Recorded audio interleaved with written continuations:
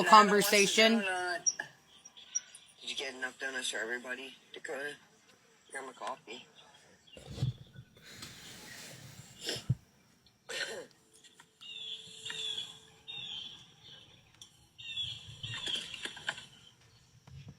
Apple cider donuts. I don't think I tried that.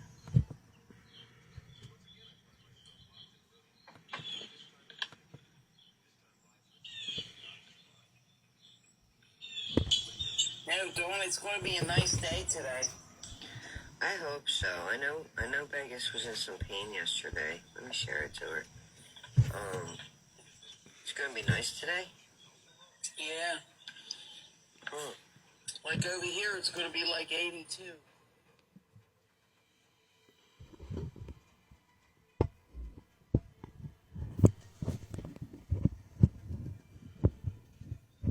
I'm adjusting my phone so I can flip it. We're going to get to talking about real shit. They're just boring me, so let's get talking about some real stuff, guys. It being Sunday, I kind of wanted to do my Sermon on the Mount type situation with y'all again today. This will require audience participation, so get your typing fingers ready.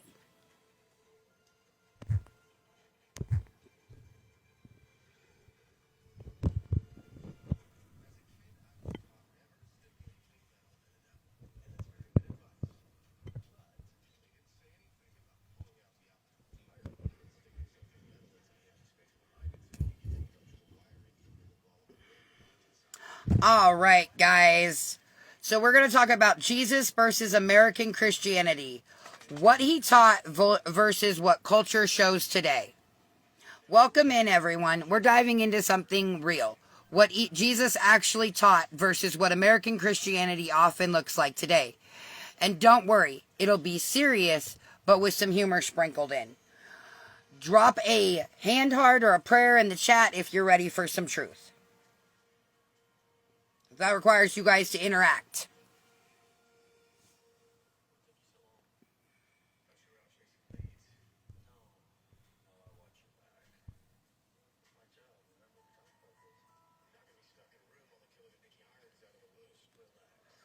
I knew Mel would be in here. Good morning, Bracelet. Dobby, thank you, my love.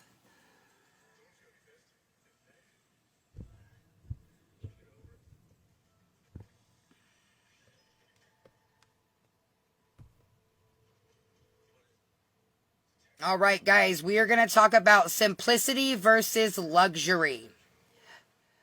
Jesus once said, "It is easier for a camel to go through an eye of the needle than for a rich man to enter heaven." But here we're seeing megachurch pastors flying in private jets and living like celebrities. He taught simplicity, not luxury marketing. Maybe it's time to check if we're following him or just chasing bling. American Christianity has mega pastors, private jets, shopping carts of excess. So does anybody in here think that modern Christianity is living the simplicity versus luxury argument that we're presenting here?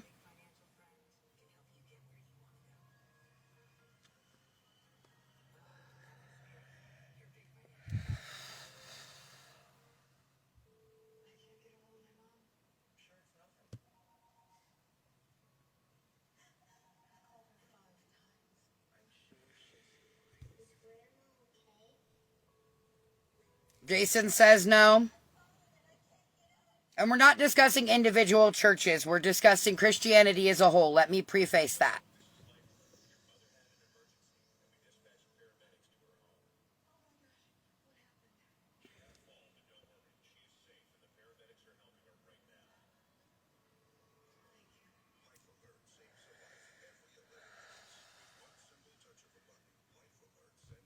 Anybody else have an opinion on that?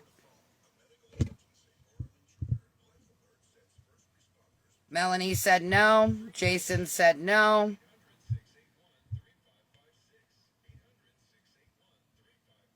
So in the simplicity, we're saying that they've already failed.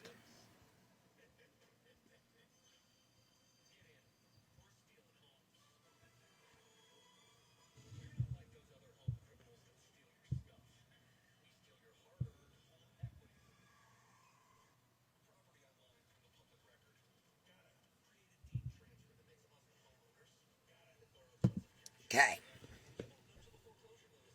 Let's move on. We're going into welcoming versus exclusion. Let's take a look here. Judgment and exclusion. Jesus welcomed outcasts. American Christianity, sometimes more about who's in or out of Christianity, correct? Jesus welcomed everybody. Tax collectors, sinners, people's society rejected. But in a modern American Christianity, sometimes it seems more about drawing line, who's in and who's out. Jesus would probably throw a big dinner party and invite everybody.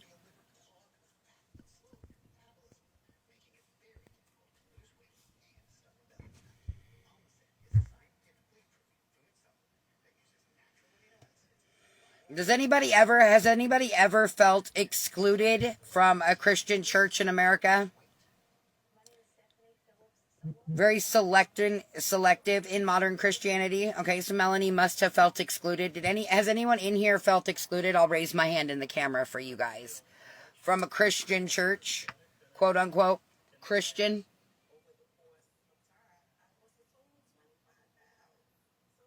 Dobby has.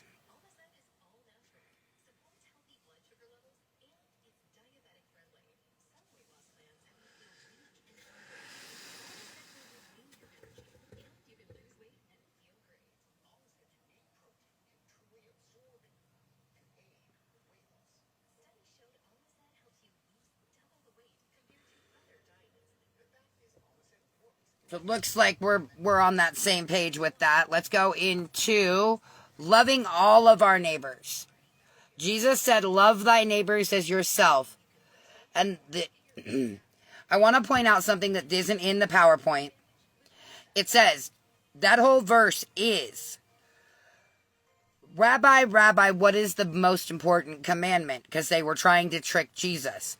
And he said, to love the Lord your God with all your heart, mind, body, and soul. And the second is most important as the first, to love thy neighbor as yourself. The modern gap is loving only those who look, vote, or believe the same as you do.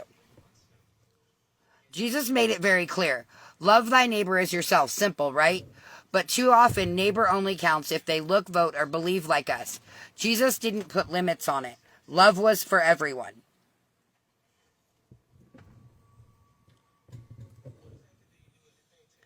Does anyone here feel as if modern Christianity loves thy neighbor as themselves?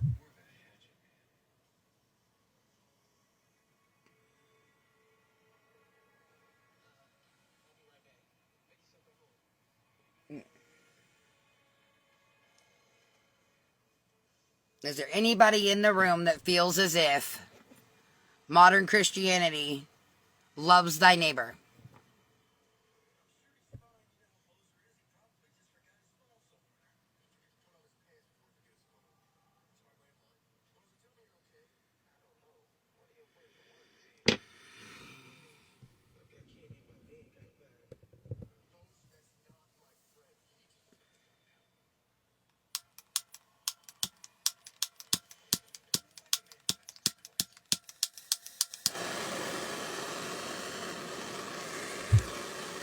Take a quick dab, intermission. Is there anybody in here who feels, some don't, okay? Christianity as a whole. Remember, we're not discussing individual churches while we're discussing this. We are discussing whether or not Christianity, modern American Christianity as a whole, loves all of their neighbors.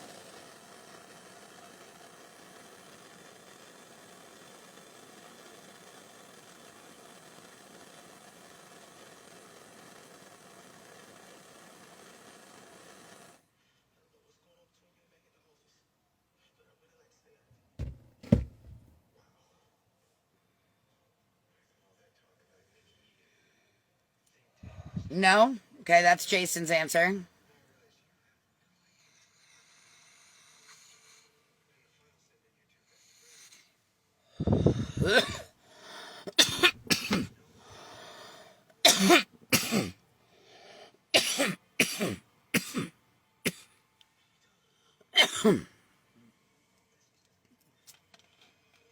Okay.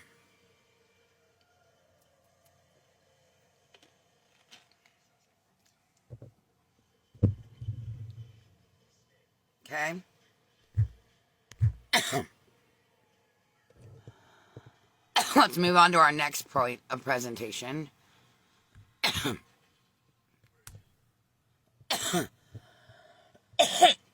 Humility versus hashtags or over hashtags. Okay. Jesus washed his disciples' feet quietly, humbly, without looking for applause.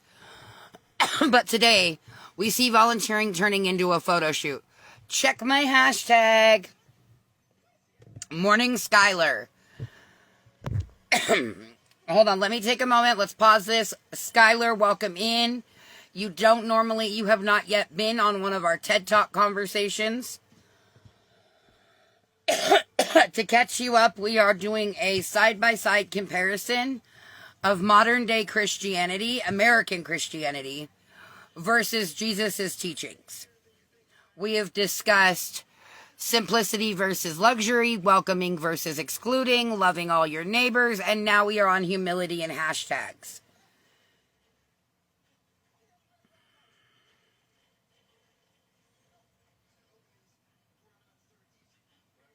I love that, Bells, and I'm so sorry that you experienced that kind of religious trauma. Unfortunately, there's a lot of performative Christianity in the world today. And I call it that simply because it is for the oohs and ahs, as you put it, for the accolades, for the admiration inside the church body, if that makes sense.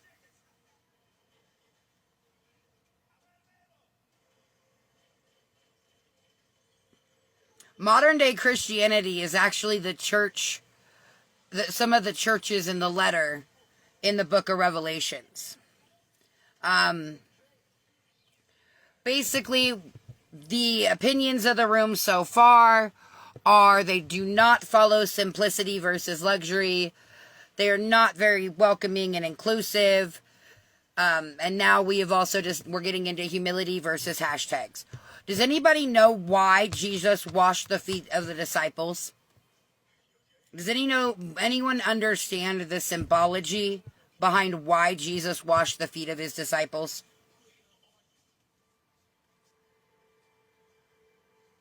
This is Sunday Stoner Church, so tune in.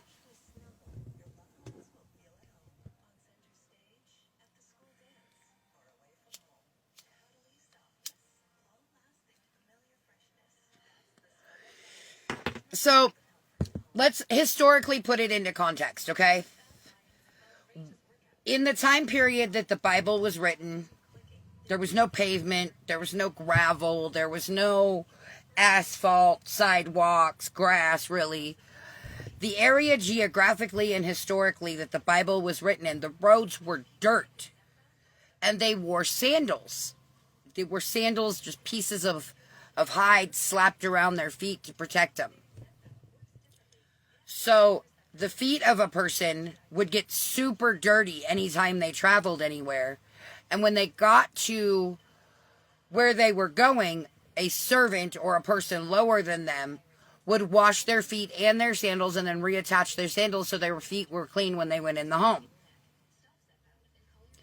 And so the symbolism of Jesus washing his disciples' feet is the humbleness, the I'm not better than you behavior. Does that make sense?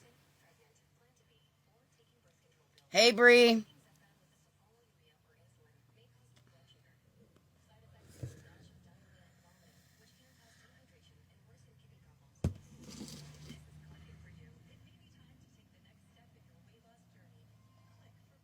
The symbolism is that he was the lowest person in the room at that point, even though he was the Messiah. Does that make sense for you guys to understand why he did that now and the symbolism? Okay. So we have to be humble. We have to realize that no matter where we're at in life, a camper or a multi-million-dollar home or that house back there on the beach, we are still the same servant and called to be the same servant that we were no matter where we are. Each person's path is different. It doesn't make it worse. It doesn't make it better. And I think that was the entire point behind why Christ acted the way he did in washing someone's feet. Hey, Jasmine. God knows you need to be here. Welcome to church, child. All right, let's get moved on. We're going to go into practice what you preach. Jesus warned against hypocrisy. They preach but do not practice. Sometimes modern faith looks like Sunday smiles but Monday gossip. Even Jesus might have face palmed at that one. So, how many people grew up in the church in this room?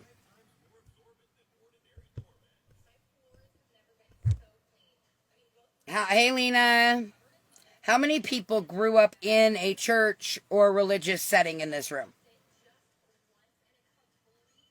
Lena did? Okay.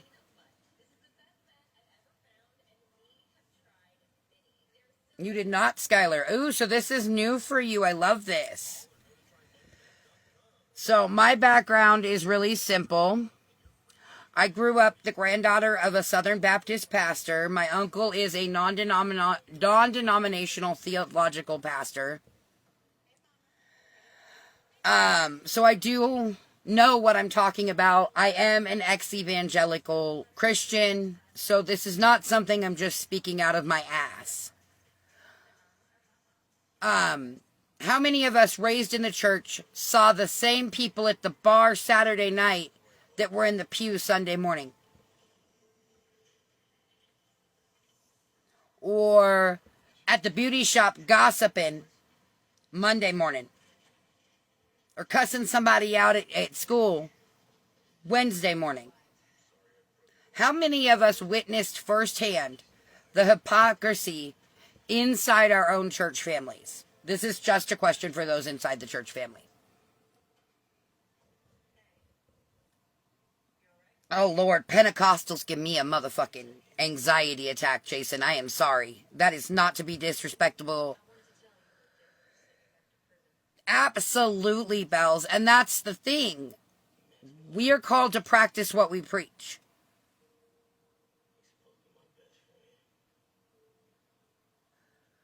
If you call yourself a Christian, now I want you guys to understand this is all from a educational purpose.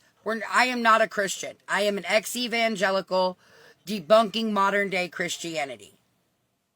So please don't sit here and be like, oh, you can't say that, you're a Christian. I'm not a Christian.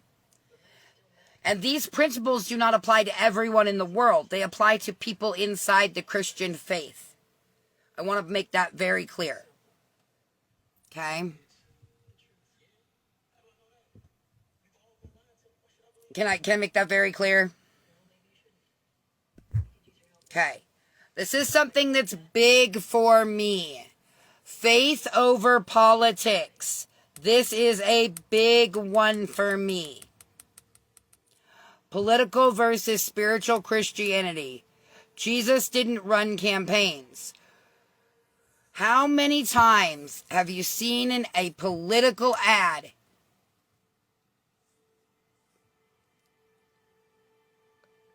How many times have you seen a political ad with a Christian bent to it?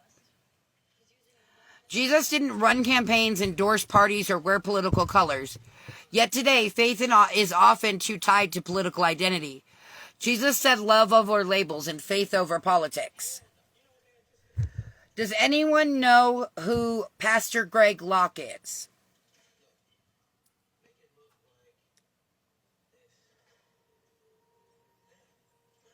Right, Melanie. Oh, abortion's illegal and it's against God. Being gay is wrong because God called it an abomination. And actually, can we get this correct? The Hebrew word that they used was translated to pedophile. It actually means a man shall not lay with a child. Thank you very much. But also, a child had a different meaning in that point in time also, because they were getting married at 12 and 13 years old. So you have to put everything into historical context when you talk about Christianity. And that is the reason that we do not allow religions to, we're not supposed to allow religions to dictate politics. You can be a Christian Republican. You can be a Christian Democrat. You can be a Buddhist Republican. You can be a Buddhist Democrat. Faith and your religion have no place inside politics or policies that you create that affect people who do not belong inside your faith. They govern your faith and your faith alone. That's my opinion. All right, let's get into the next one, guys. This is the closing on it.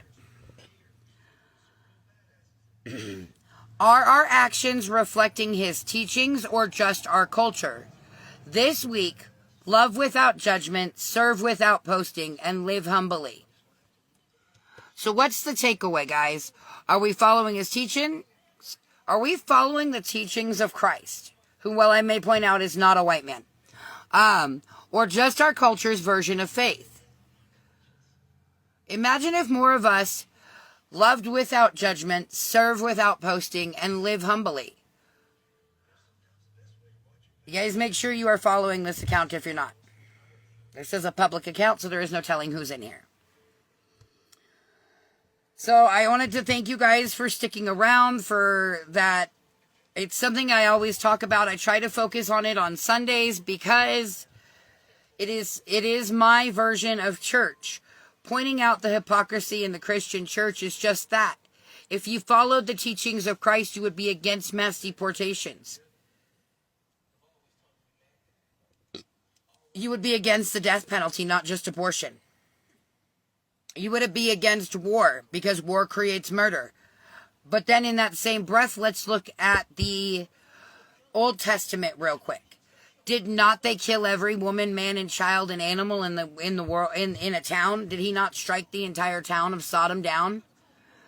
So sometimes you have to realize that it is a blueprint for the people who belong to your religion.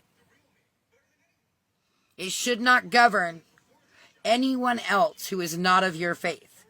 Therefore, your faith has no place in politics, in policy, or in the laws that govern people outside of your faith. That simple. Thank you for coming to my TED Talk. Now it's time to smoke.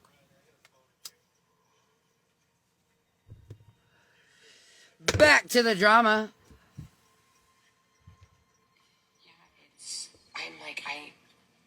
My daughter helped me reapply, I reapplied, and I should have known better. I have SPF pants. They're super, super thin, and I should have been wearing those too. But by the time I got home last night, and it's always the same thing later, and by the time I went to bed, I was like, oh my gosh. For me, it's always after I get out of the shower, I'm like, oh yeah. I'm going to be honest, I don't, Jason. And that's why I tell y'all, I am not a Christian. I do not follow the basis of this religion. Therefore, its laws and its rules do not govern my life, if that makes sense. A true Christian is called to love everyone. I do not. I can't. Like these bitches, I hope to fuck bad shit happens to all of them every fucking day. I do. I hope that they get hit in the head with a flower pot. I hope they get in a non-fatal single car accident.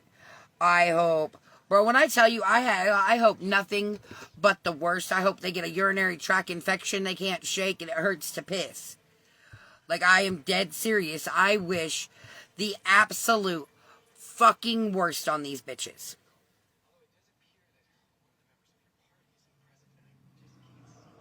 But that's why I'm not a Christian.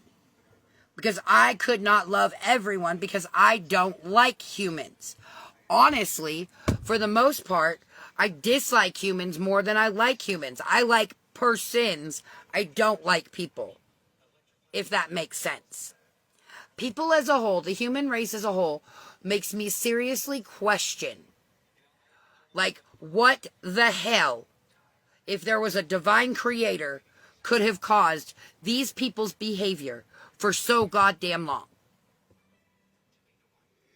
I also don't love Nazis, racists, fascists, misogynists, rapists, child abusers, women beaters. But to be fair, some women do need to be beat. Like, I can see Doug knocking Tina clean the fuck out for the shit she's caused.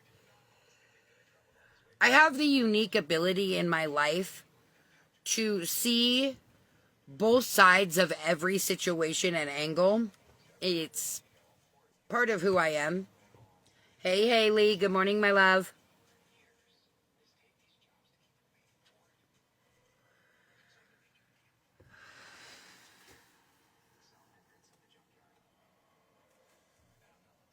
Let's be for real, though. She's gonna like pinpoint all the favorite moments and all that and make it into a cartoon book for us. So we always have. Oh, yeah, no. Yeah, like, I can't deal with people who can't just love. I'm not going to judge you based on what you look like. I'm going to judge you based on how you act. Good morning, Anna. If you're going to act like a piece of shit, good morning, Bracelet. If you're going to act like a piece of shit, I'm going to treat you like a piece of shit. That's just the simplest way to say it. Her stuff on here because I said post it. I mean, her stuff is great. So I said post it. So I'll tag you and Amanda. You can see what she does. Her stuff is just amazing, and she does all sorts of. It doesn't even have to do with my, like. No, sir, your brother's up here asleep. Oh, no, he's not. He got down. You're not getting up here. You're too big. You pushed me off the bench. You're crazy. Give you 11, so good morning. For like the 1955 times. A cartoon, like if you have kids that are super into Disney, right? You want to give them something special. Your kids are your grandkids. You know what?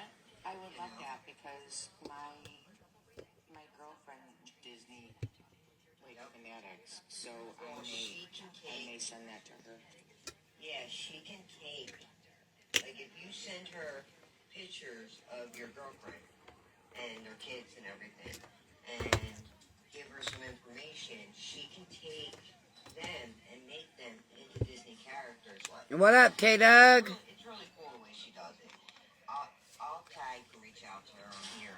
She's a very nice woman.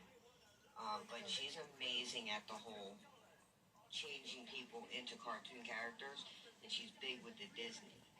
Good morning, Callie. Good morning, Callie. So, like, Big legs.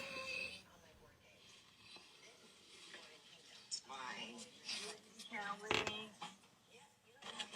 Like she takes her personalities. It's cool. Hi, Autumn. So we're gonna make a Disney life. What up, Alexis? Yes.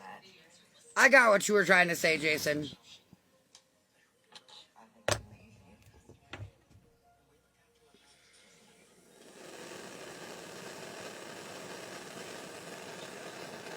I did my nails last night, Bracelet. Look, aren't they cute?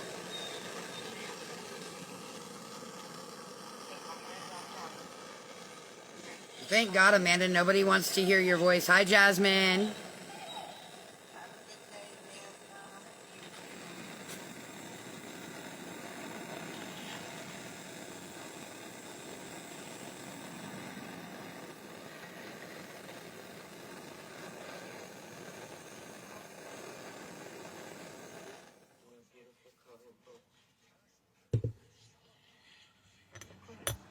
They were already on talking about Devin and me, and Alicia was in there running her mouth. I don't understand these hoes. And I told her she just has to like. That's my mom. You just have to go slow, She's. I don't remember what about. Well, then quit itching it. Bear. Then quit itching it.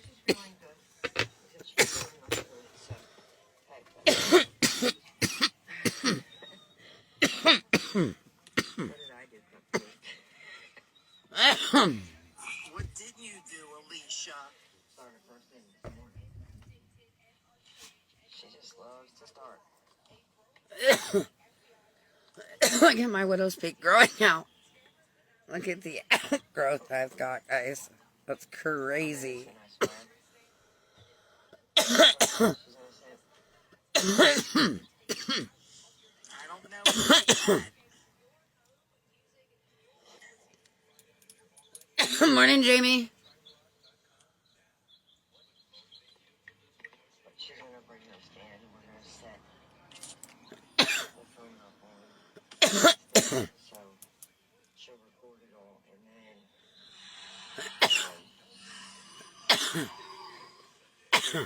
the book, you know, That's nice. like the interview where she was talking, not an interview, she's not like forcing her to say anything or do it, but it's kind of like she's just gonna talk to her, bring her favorite moments, in her life, bring them. So it's just something we'll always have, which I think is amazing, and she offered it. And I was at first, like, I don't know, but the more I thought about it, I was like, you know what, I think that's an amazing idea. Oh, yeah. I think it'll be absolutely wonderful. It's something Yeah, we can have there's forever. people writing those little books now. Yeah, so it'll be like a of my mom's life, so I'll Yeah. God damn. That one got me, guys. yeah. It's my mom. My mom's like, I don't know. She's, Dawn, I'm going to get off and jump in the shower. Or I'm going to walk in the shower. your girlfriend's coming over. You have a nice day with your mom. Your wife's coming up. I'm gonna be back a little bit later. I gotta get my day started. Found a new place we can box hop, but you gotta turn your camera on and shake that boot. Oh, no. I gotta get my day going. That's sad, Cupcake. I gotta fix my nail. I broke it last night. It's horrible. But give me a little bit and I'll be back, guys. I'll talk to you. They're boring and I got to reorganize some few things and make some coffee. So, I love you guys. I will see you guys in a little bit. Have a wonderful day.